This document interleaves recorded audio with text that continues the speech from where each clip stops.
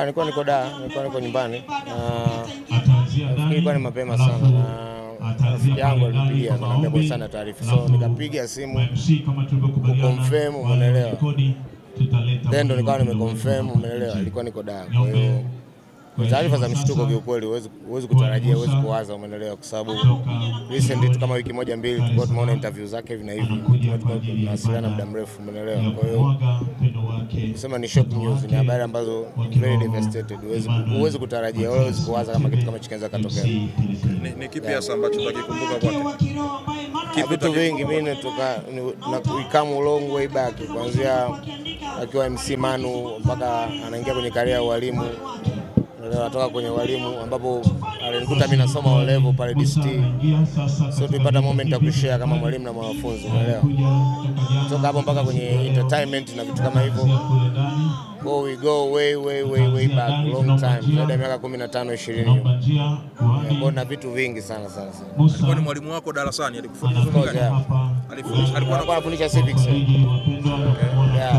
Ulikuwa kukosa kipindi chake, umeelewa. Kwa hiyo akati ameanza mapema kufundisha, mimi ndo alinikuta namaliza DST. Kwa hiyo alinifundisha wakati niko form 4.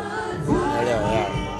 Kwa hiyo then tumeshare moment kibao kuanzia huko mpaka huko kwenye career na muziki na labda mara mwisho mlifanikiwa kuzungumza, na kama mlizungumza nini? Mara mwisho tumeonana kwenye Mwenge wa Uhuru Dodoma. Mara mwisho tumeonana naye. Tulikutana tukacheka, tulisalimiana, akaperform na mimi nikaperform, tukaondoka. The last time we met. Kwa wakazi wa Dodoma na watu wa tasnia ya muziki lakini pia tasnia ya ucheshi, unaona ni wamempoteza mtu wa aina gani?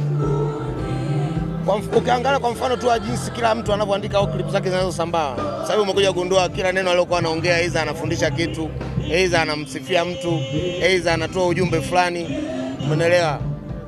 Anaheshimu kila kitu, umeelewa. Kuna clip ambayo inasambaa jana, unaona alikuwa anaojua adhana inalia akanyamazisha, anasikiliza kwanza adhana japokuwa alikuwa ni Mkristo. Kwa hiyo kila kitu alichokuwa anafanya naona ni positive. Sasa hivi baada ya kuondoka watu ndio wana realize kwamba alikuwa ni mtu poa kiasi gani, kiasi kwamba kila mtu unamkuta anajua anapenda hip hop, anapenda kwaya, anapenda uchekeshaji, anapenda uigizaji. Kila mtu ana clip naye, kila mtu anampiga naye picha, umeelewa. Kwa hiyo wetupa kana kwamba the good die yangu, umeelewa, na hiyo vitu vinaendelea kujitokeza kila siku, sababu ukiangalia ndio hivyo, ni mmoja wa watu wachache ambao ni maiko na Dodoma ambao ndo wameondoka kama hivyo.